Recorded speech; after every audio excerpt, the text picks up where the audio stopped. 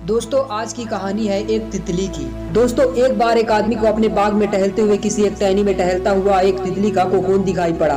अब हर रोज वो आदमी उसे देखने लगा और एक दिन उसने ध्यान किया कि उस कोकून में एक छोटा सा छेद बन गया है।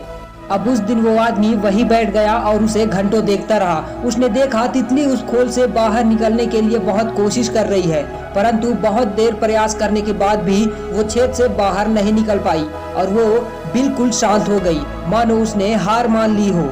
इसलिए उस आदमी ने निश्चय किया कि वो तितली की मदद करेगा। उसने एक कैंची उठाई और कोकून को खोलकर इतना बड़ा कर दिया कि वो तितली आसानी से बाहर निकल सके। और यही हुआ, तितली बिना संघर्ष के आसानी से बाहर निकल गई, पर उसका शरीर सूजा हुआ था और पंख सूखे हुए थे। अब वो आदमी तितली को ये सोचकर देखता रहा कि वो किसी भी वक्त अपने पंख फैलाकर उड़ने लगेगी, पर ऐसा कुछ भी नहीं हुआ।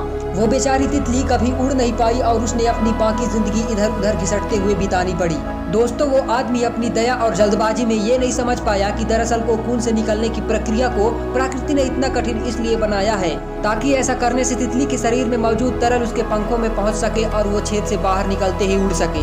दोस्तों इस कहानी से हमें यही शिक्षा मिलती है कि वास्तव में कभी कभी हमारे जीवन में संघर्ष ही वो चीज है जिसकी हमें सचमुच आवश्यकता होती है। यदि हम बिना किसी स्ट्रगल के सब कुछ पाने लगे तो हम भी एक अपंग के समान हो जाएंगे। बिना परिश्रम और संघर्ष के हम कभी उतने मजबूत नहीं बन सकते जितनी हमारी क्षमता है।